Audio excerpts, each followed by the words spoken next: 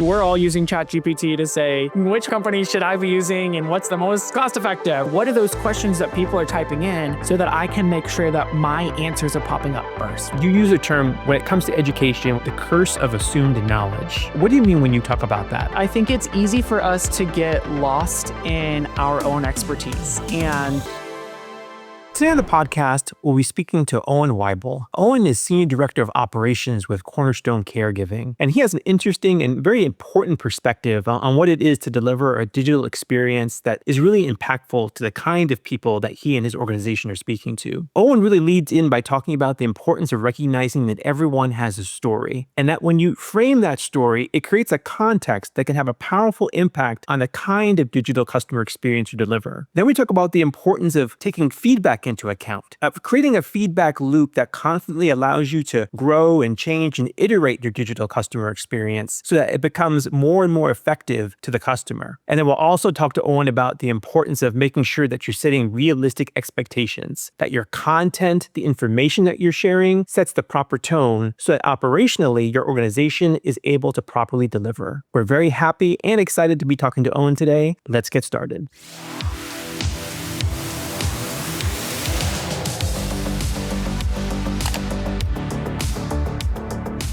Owen, thank you so much for your time today. Very happy that you're able to join us. yeah, glad to be here, Shamira. Thank you. You know, on the podcast, as you well know, we focus on a particular aspect of the post-quick experience. And that's really what happens to people as they go through the process of making a decision to decide if they're going to engage with a particular organization. And for you and your organization, that is just such a critical component, perhaps more so than most others, because of the state of mind that people are in when they're coming to your website to look at care for their loved ones. In most of the websites, you're just thinking about, how much budget do you have to go on this vacation or to buy this car or any of those other things. But for you guys, there's just this real emotional aspect of it, right? Where there's just this fear, this urgency around what needs to happen, perhaps because maybe something has taken place and they need to make sure they get care for their loved ones. I'm curious, how does that mindset affect how you guys think about your digital experience? Sure. Well, I'll tell your story and think about this. You're maybe live in a different city or state, even as your parents, and you get a call from your mom that said, Dad fell and I can't get him up. Or we got this diagnosis today. As we're recording this right now, it's the holidays right now. A lot of people are with their families and dad drove to the grocery store, and all of a sudden that's not quite as great of a transportation experience as it once was. And all of a sudden families are thrust into this decision where they've never had to face before, where the parent and kid roles might reverse. And all of a sudden I'm now looking at, I've still got my life. I'm maybe not close by, but I need to make sure that my parents are taken care of. And, but most people don't come with experience of how do I care for someone who's aging? Most people have not had to traverse that road until all of a sudden that's thrust upon them, right? And so, and often it's an urgent need. Maybe there's some sort of hospitalization, maybe there's some sort of injury, or this person, whether they recognize it or not, their independence maybe isn't as strong as it once was. And so you feel, it's your family, right? You want to take care of them. You love them. Your parents raised you. And so we as Americans have this deep desire to make sure that we're taking care of our parents, but also this independence of I've got a job. Maybe you have kids of your own. Maybe you're close by. Maybe you're not. And all of a sudden, you're forced to make these decisions on things that you know probably very little about. And at that point, you're getting onto Google saying, how my dad fell, what do I do? Or my mom can't drive anymore, how do I take the keys away? Or those kinds of experiences. Most people haven't prepped to say, how am I going to have the call to say, Mom, I don't think you need to be driving anymore? Or, oh no, Dad can't get up and get out of bed on his own anymore. What do I do? So there's this very emotional experience that people are coming to because there's the grief and the fear. What are my parents about to go through? There's also the guilt of I don't have the capacity to be that caretaker that I want to be. And there's this lack of education of I don't actually know what the solution is other than something needs to happen. All of those factors come into I'm searching, I need help for my loved one, and they come to our website. And so, I think you nailed it, Shamir, with the if we can't treat this like we're selling them a pair of jeans, right? Like this is a totally different. Do I want boot cut? Do I want straight leg jeans? This is I'm entering into this really high emotional, high octane, often urgent need to invite someone into my home, to my parents' home, and help out. And so I think if you are approaching this like you're selling a pair of jeans or just your typical, how do I get, as many clicks? How do I get as many form fills on my website? You're missing this opportunity to really meet people where they are, because as much as people are needing someone to be with their parent, they're also needing someone to help them through this journey. Our job is to help deliver both. It's funny that you said it the way you did, because the picture you painted, first of all, it did two things for me. First of all, it showed that these are people, right? They're not just like customers, they're people. They have their own story, they have their own lives, and these lives have been affected in a very real and important way. But the other thing it did for me is it resonated because I'm in that generation. I've dealt with that, or I should say, am dealing with that situation where I have a parent who couldn't care for himself physically, who's having these mental issues. I've been thrust in that situation where I now need to navigate this world to understand what are the options out there. How can he be properly cared for? How is this going to be paid for? Right? I'm having to figure all those things out. And of course, just like anyone else, I turn to the internet to answer those questions, right? To figure those things out. And when I'm not able to find the information that I need, as you mentioned, the education I need, it's quickly frustrating to me.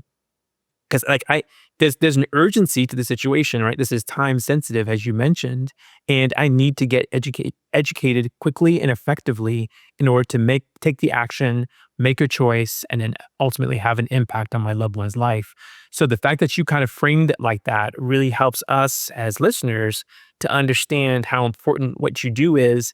And even though we're talking ultimately what is code on a web page, nonetheless, it's a means to an end, right? To educate people about what's needed to happen. And it's interesting because you use a term when it comes to education, when it comes to knowledge, you use this expression. I want to make sure I get it right. The curse of assumed knowledge. What do you mean when you talk about that curse of assumed knowledge? I think it's easy for us to get lost in our own expertise. And whether you feel like you're an expert or not, what you show up and do for your 8 to 5 every day, you are living in that world. You have an understood vernacular, an understood, here's how things work. Again, often when people are coming to us in the home care space, or really wherever you are, as people enter your area of expertise, it's easy for me to assume we're speaking the same language here. We're coming from that same level of understanding. We've got the same perspectives, maybe. Healthcare is notorious for all of their acronyms and all of the different, in home care, there's a term called ADL, activities of daily living. And if I just go straight into, okay, Shamir, I know you're worried about your dad. What sort of ADLs is he needing help with? Well, I'm now adding some additional frustration to, I don't really know what my dad needs. And now I'm going to have to show up and say, hey, I don't actually know what you're asking me right now. You're making it harder for me to get help than actually coming in and helping me and meeting me where I am. And so I think there's, you look at the acronyms as obviously an easy use of that. But I think that there's anytime that you're speaking to someone new for the first time, you have to think, what are the things that I'm assuming that they know? And what are the ways that I might need to take an extra sentence? Maybe it's one extra, paragraph on your website. Maybe it's an extra, something on a phone call to say, let me explain what this is before I just assume that you have this knowledge. Again, for us, I think it's one of those things that if people feel like I have to do additional research to the research I'm already doing, I'm not helping them, I'm creating a bigger problem for them, right? And so I think whether you're coming where we are in the home care space, or anyone, when you're speaking to somebody who's coming to you, generally, you've got a greater expertise, which is why they are coming to you.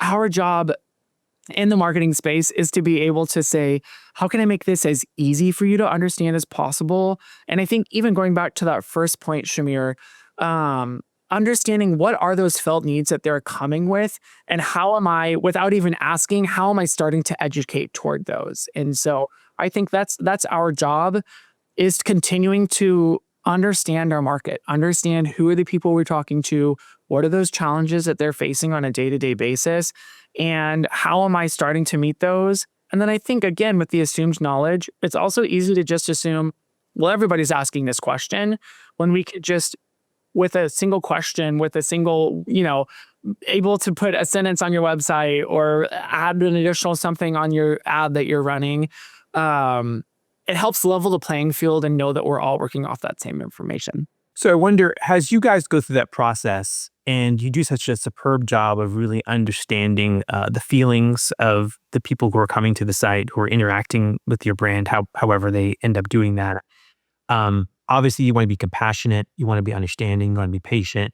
And as you mentioned, you want to educate in a way that, again, removes that additional potential layer of friction and says, hey, let's put this in layman's terms in a way that you can absorb and understand what it is that you need to do here.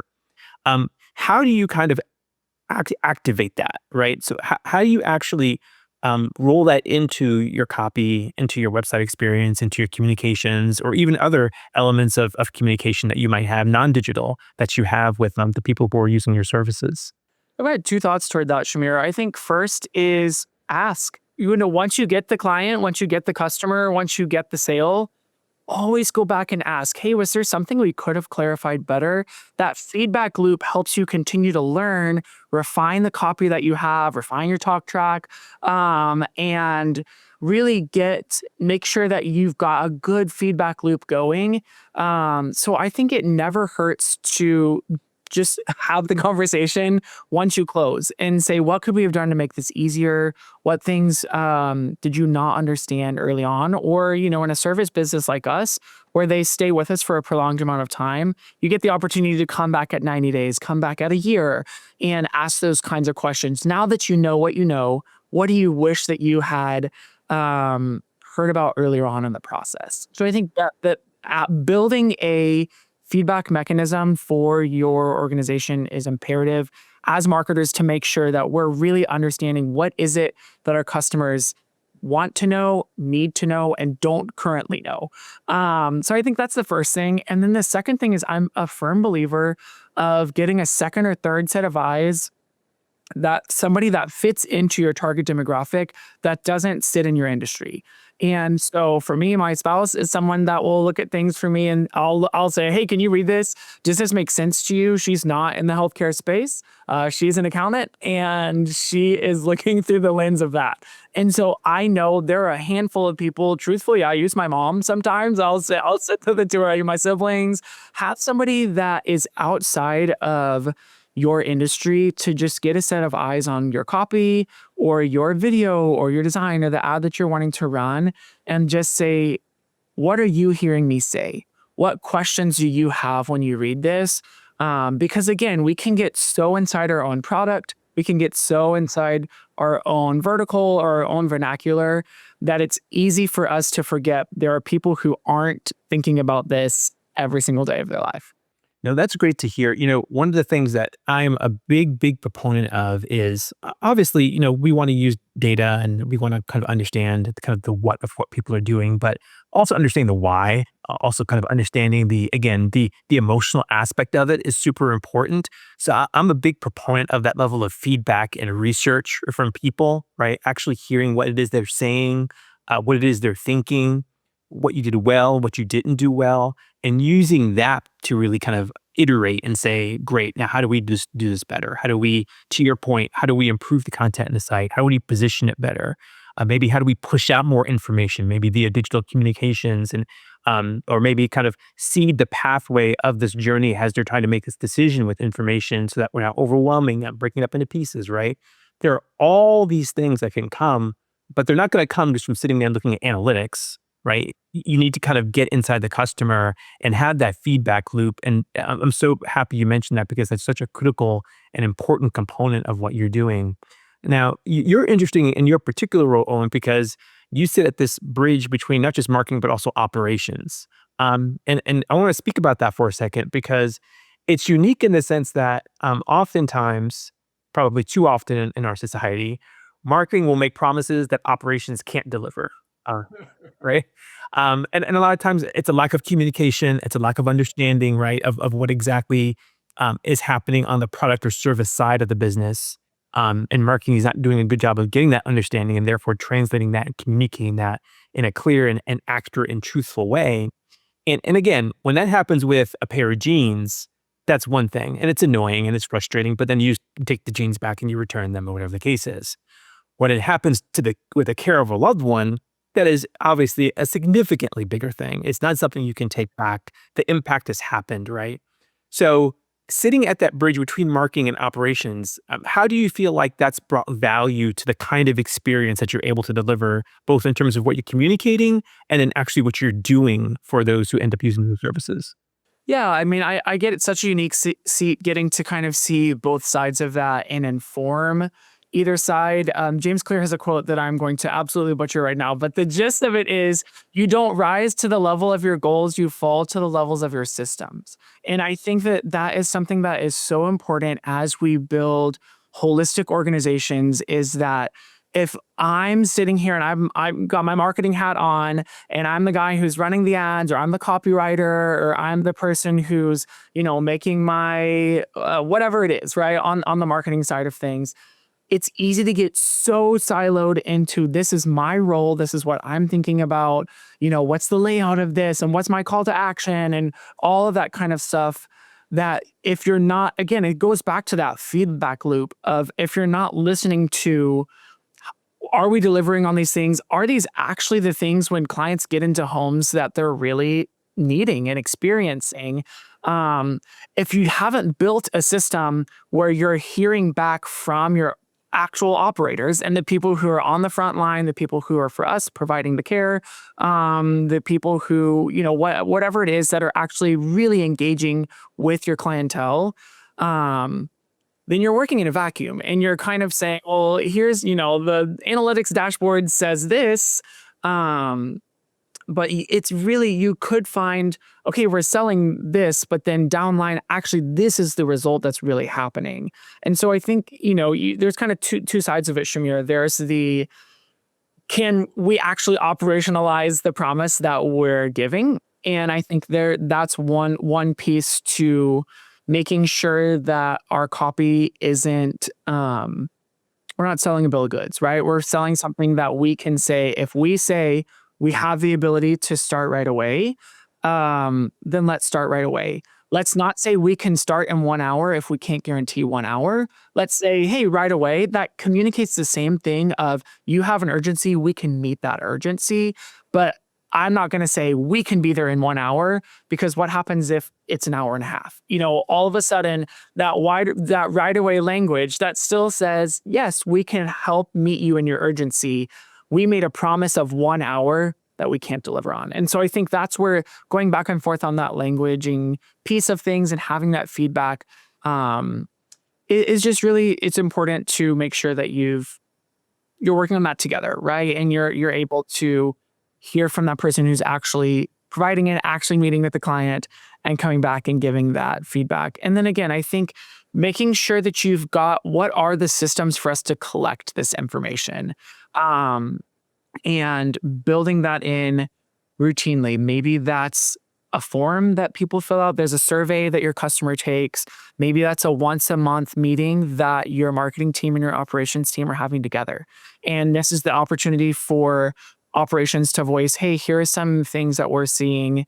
Maybe it means that you're running your copy by someone who's actually doing the work and providing the service and saying, what of this, what makes you squirm, right? Or what's going to say, hey, I don't know, this is actually something that we can deliver on, and how can we reframe that and recognize that often maybe marketing's highlighting a hole in operations as well, right? Where it's saying, we've said our value proposition is X, here's where we're consistently missing in that. And that's an opportunity. Again, I think if both parties are coming willing to learn and provide the best product, um, I think that's where working together as a team is really vital to say, is the gap the language that we're using? Is the gap the way that we're actually operationalizing this vision and this goal that we have, this problem that we're trying to solve as a company? So far we've talked about these kind of two important components of the overall journey, right? So first we have the component of I've done my Google search or I've done my query, my prompt on ChatGPT, whatever the case is. Um, the provider, such as yourself, Cornerstone, has come up as an opportunity. So I'm visiting the website. So now you've got kind of barrier one. Okay, do you guys have the information I need for me to begin to, start to kind of process this and make this decision, understand what my options are, so forth. Then you've got kind of the next part of the journey, which is, okay, this is something to consider. Now we need to translate this marketing speak into actual action and services, right? Can you guys deliver what you're saying you can deliver? And then we talked about the fact that you're trying to mitigate those gaps in that process so that people feel smoothly, hey, I understand what you're saying. I understand what you're saying you can do. I understand what you're saying you will do. I'm going to engage with you. Great. You're giving me exactly what I expected. This is the expectation you set. You're fulfilling that expectation. That's all well and good. I wonder, in your experience, as you've seen other providers in the space, where have you seen those gaps often take place, and maybe even what have you seen be the negative impact of that? So where have maybe other organizations kind of gotten that wrong, and how have you seen that manifest itself in a way that was really impactful, in a negative way on those customers? Yeah, I mean, I think the ultimate, if you're going to make a promise, you got to be able to deliver on it. And I think that's the number one.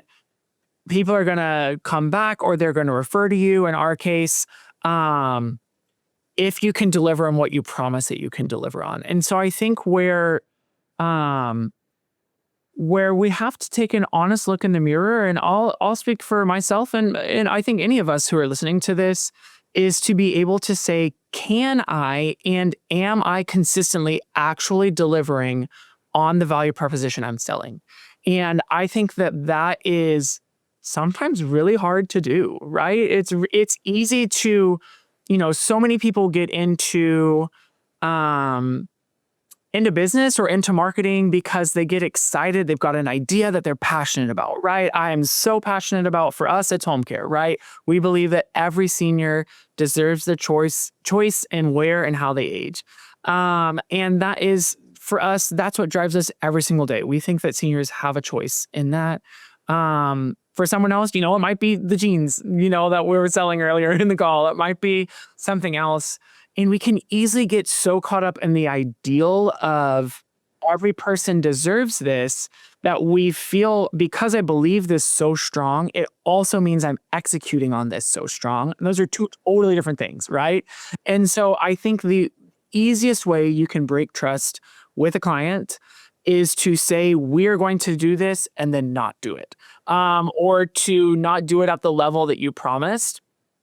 And my opinion is, it's better to have an honest, here's what we can do, knowing that eventually I want to get here. Here's what we can give you today, right? Like, eventually I'm going to get to this. If you're selling your eventual, but you're here right now, you're not going to have any clients that are going to come back. You're not going to have a repeat shopper. You're not going to have someone say, oh my gosh, you've got to check out blah, blah, blah brand, because you're not building trust with that person. And so I think, this is where this kind of sits between this marketing and operations, is you've got to be able to sell something and set a realistic expectation of what you're selling. And then you've got to deliver or over deliver on that promise.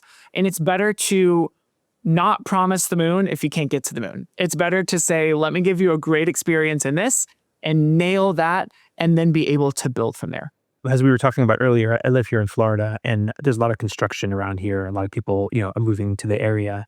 And a lot of the things that have been going up lately, probably especially since like COVID or maybe even a little before, is apartments.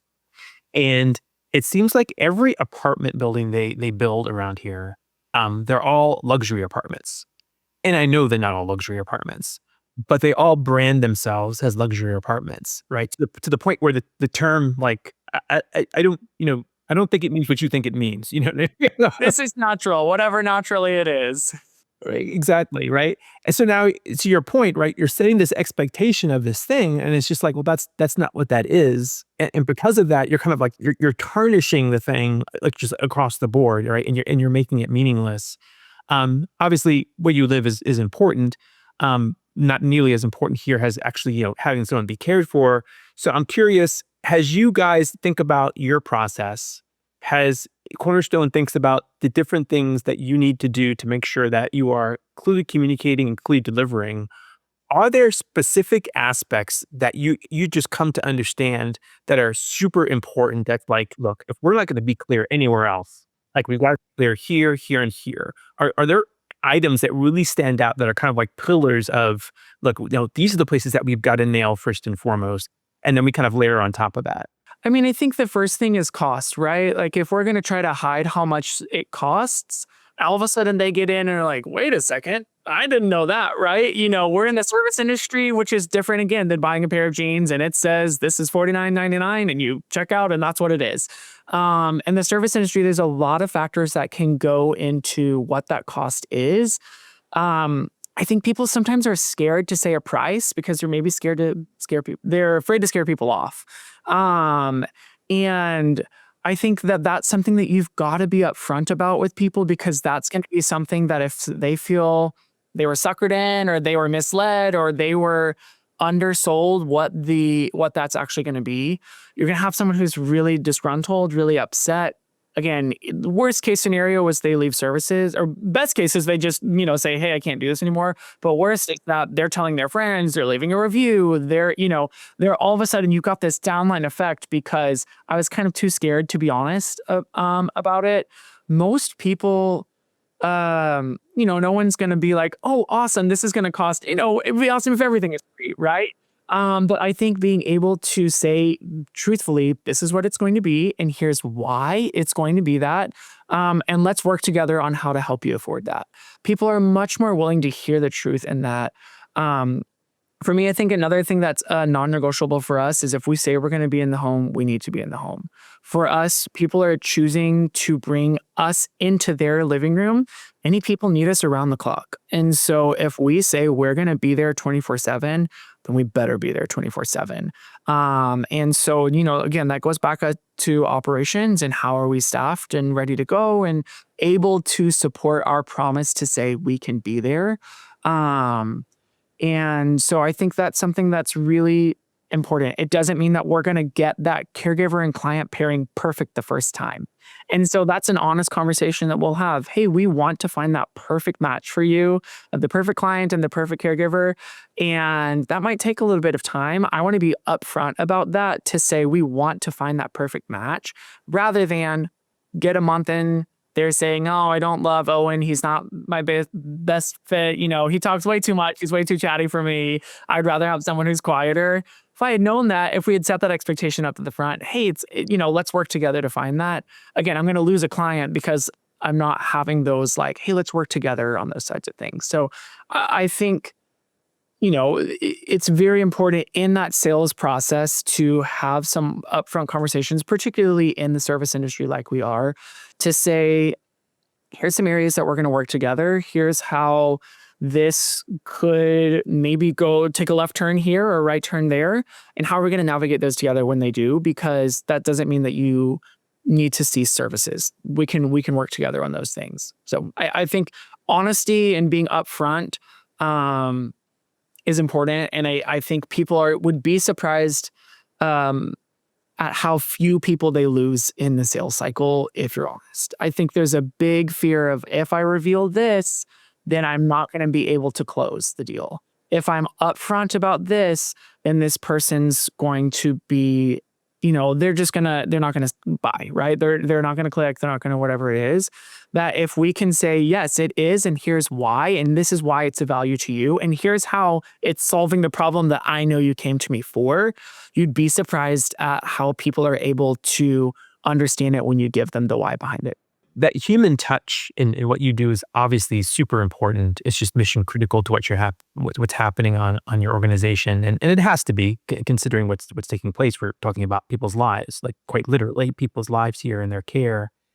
But as you take that thought process that you just kind of laid out for us so beautifully, how much of that transparency do you weave into the digital experience, knowing that that's often kind of the front door, so to speak, to people contacting you? That especially for people in our generation and has generation shift, people who more and more have grown up with the internet, their first foray into this is going to be digital before they ever pick up the phone or, start a chat or whatever that case is to actually talk to a human being.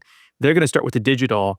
How much of that transparency do you try to put for, forward in the digital experience to help kind of set the tone for what it's going to be like to deal with you as a brand? Yeah, I mean, I think you have to know your product, right? Like we're all trying to put our best face forward. We're all trying to say, choose me, right? Choose my brand, choose my service, choose my product. And so no one's leading with here's the whatever, the scary part, or here's the cost, here's whatever. So I think part of it is having an understanding of what are those things that are best laid out that and what are those things that are a better conversation. And those are two completely different types of communication. I don't think that anything should be hidden. I don't think we need to hide the fact that this is, it will cost, right? It's not free. We're not going to hide that. We're not going to hide anything about the product. But I think that there's some things that you can say, here's our pricing model. And then let's have a conversation to say, let's talk through how does that play out? Because I might get in there, Shamir, and recognize after we have a conversation, what you think you need is totally different from what you actually need. And so part of it is we're having this dialogue together to understand where are you coming to the table? What are those felt needs? What are those problems that you're coming to me to solve for you? And there's still an ability to have transparency. Here's our pricing structure. If you have this or if you need that, it's going to be this or that. This is how we'll change those things. We are very unique in how we set up the structure of how many hours we offer a day or a week. And that will adjust some things here and there. What I want to be able to do is say, hey, let's sit down and help me understand what is it you actually need. And then let me be able to have some of those longer conversations with you together. But if you're not going to give any visibility into, how is this priced, or how can I compare? We're all using ChatGPT to say, which home care company should I be using, and what's the most cost effective, or what's the most the most quality care that we're going to get, or things like that. We're thinking through like what are those questions that people are typing in so that I can make sure that my answers are popping up first, right? And so I think we've got to be able to answer the question with enough to say, I want to click, or I want to fill out the form, or I want to make the phone ring. And then we can say, let me fill in the blanks here and have a good conversation and help you understand us and what we do and what we provide, and help me paint the picture of why I can solve the problem that you're looking to solve. I want to leave you with this question. Obviously, we're talking about a very specific industry of not just healthcare, but a very specific aspect of healthcare. But I think so many of the things you mentioned, so many of the principles that you bring to that are really applicable to any industry, really, especially any direct to consumer or any kind of B2C industry. In your experience, as you've kind of gone through this process and in your world, what do you think are those things that are just like, hey, look, it really comes down to these one or two or three kind of key things that I think are just transcendent across industry that just will help organizations and brands and marketing leaders be able to leverage the digital experience in a way that's going to ultimately have the kind of impact in their business that they're trying to drive? Yeah, great question. I mean, I think two quick things come to mind. One is keep it simple. The more we complicate it, the more hoops people have to jump through, the more I have to read and scroll to understand, the more likely I'm going to say, bye, I'm going to go somewhere else. So I think as easy and as simple again, we're coming with that assumed knowledge. We eat, sleep, and breathe this every single day. How can I dumb this down? I've got a 7-year-old at home. How can I make this to where my 7-year-old can understand? And how do I make this in as simple terms and as few words as possible so that I can get my point across, and so I can give you that, like, I'm hooked, right? I came to answer this, you answered my question, and I want more. And so I think being able to keep it simple is super important. And then I think secondarily is people, especially these days with AI on the rise and ChatGPT, people want people, right? You want something that they see me as a person and not as a number, not as a sale, not as whatever it would be. And so again, we're in the service industry, so that's super heightened. But I think people are looking for human experiences and are looking for meaningful ways to connect. And whether you're selling me jeans or whether you're giving me the opportunity to enter into your home and to help take care of your spouse, neighbor, parent, grandparent, I think approaching humans with that humanity and with that compassion to see people as people is invaluable. And people can tell when you care, truthfully. And so I think that that's, again, we're in that space where that is even more heightened and exponential. But I think that that's something that's just super, super important that we keep in front of us as the industry does move more and more toward, AI, and we're texting with someone's AI product and all of that it's harder and harder to tell, is this a person or is this, or is this some sort of automation? The more that we can give people that human interaction, I think we'll continue to build that trust with people over time. Completely agree. Fantastic answer. Fantastic conversation. Owen, thank you so much for your time today. Thank you so much for sharing your experience and your journey. Thank you for having me, Shamir. It was a great time.